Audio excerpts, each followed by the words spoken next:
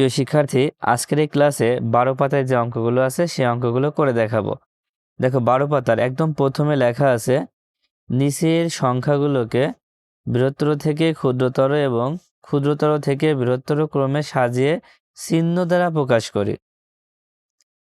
দেখো এখানে যে 5টা সংখ্যা দেওয়া আছে এই 5টা সংখ্যাকে আমরা বৃহত্তর থেকে ক্ষুদ্রতর এবং ক্ষুদ্রতর থেকে বৃহত্তর সাজিয়ে লিখতে হবে চিহ্ন দিয়ে।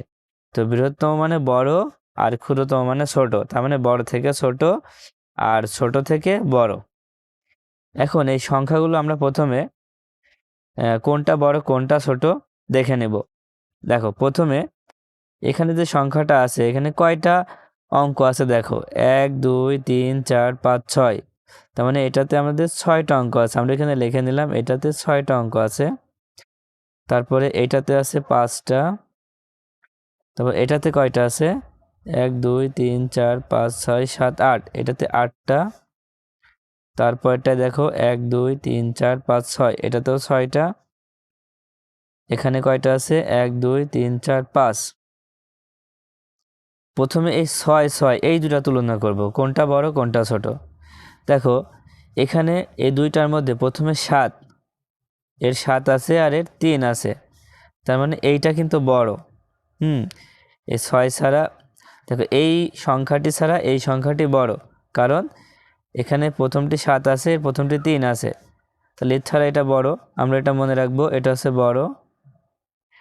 আর এখানে আমরা এই দুইটা সংখ্যা তুলনা করব, যেখানে দুইটা 5 লেখা আছে এই দুইটা সংখ্যা। দেখো এই সংখ্যার প্রথমে আছে 5 আর এই সংখ্যাটির প্রথমে আছে 9, তার মানে 9 হচ্ছে বড়, সেই ক্ষেত্রে এই সংখ্যাটাই বড়, তার মানে এটা হচ্ছে বড়। এবার আমরা খুব সহজেই লিখতে পারবো। তাহলে দেখো সব থেকে বড় সংখ্যা আছে 8। দেখো এইটা হচ্ছে সব থেকে বড় সংখ্যা, তারপরে এইটা, তারপরে এইটা, তারপরে এইটা, তারপরে এইটা। দেখো আমরা কিন্তু খুব সহজেই বুঝে নিলাম। এবার এখানে লিখে ফেলবো। দেখো বৃহত্তর থেকে ক্ষুদ্রতর, তো প্রথমে সব থেকে বড় সংখ্যা ছিল, দেখো উপরের সংখ্যাগুলো আমরা দেখতে পাচ্ছি না, তবে আমি লিখে দিচ্ছি তোমরা বুঝে নিও। 6 4 7 1 2 9 3 5, এটা সব থেকে বড়। তার থেকে বড় হচ্ছে 76 39 81। দেখো দেখো এটা সব থেকে বড় এবং এর থেকে ছোট হচ্ছে এটা। এর থেকে ছোট কোনটা সেটা আমরা লিখবো এবার। 35 47 12। এবার এই সংখ্যা থেকে ছোট হচ্ছে 98 767। এবার সব থেকে ছোট হচ্ছে 57 291। দেখো আমরা বড় থেকে ছোট লিখে ফেলেছি, এবার ছোট থেকে বড়, তার মানে এইটাই উল্টায় লিখবো।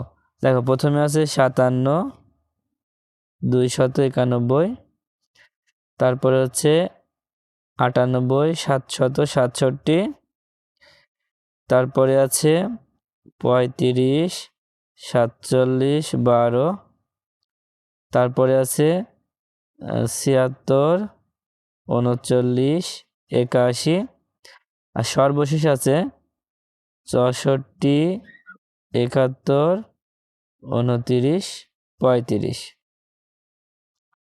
আশা করি তোমরা বুঝতে পেরেছো ছোট থেকে বড় এবং বড় থেকে ছোট কিভাবে সাজাতে হয়।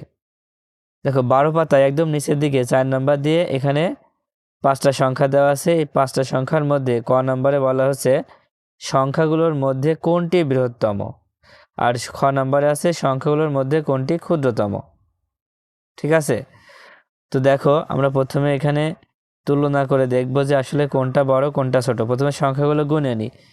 দেখো এখানে মোট 6টা সংখ্যা দেয়া, দেখো এখানে মোট 6টা অঙ্ক দেওয়া আছে, আমরা 6 লিখে রাখলাম। এখানেও 6টা দেওয়া আছে। এখানে কয়টা দেওয়া আছে 1 2 3 4 5 6 7 8, এখানে 8টা দেওয়া আছে। এবার এখানে কয়টা দেওয়া আছে দেখো এখানে 6টা দেওয়া আছে, এখানেও 6টা দেওয়া আছে।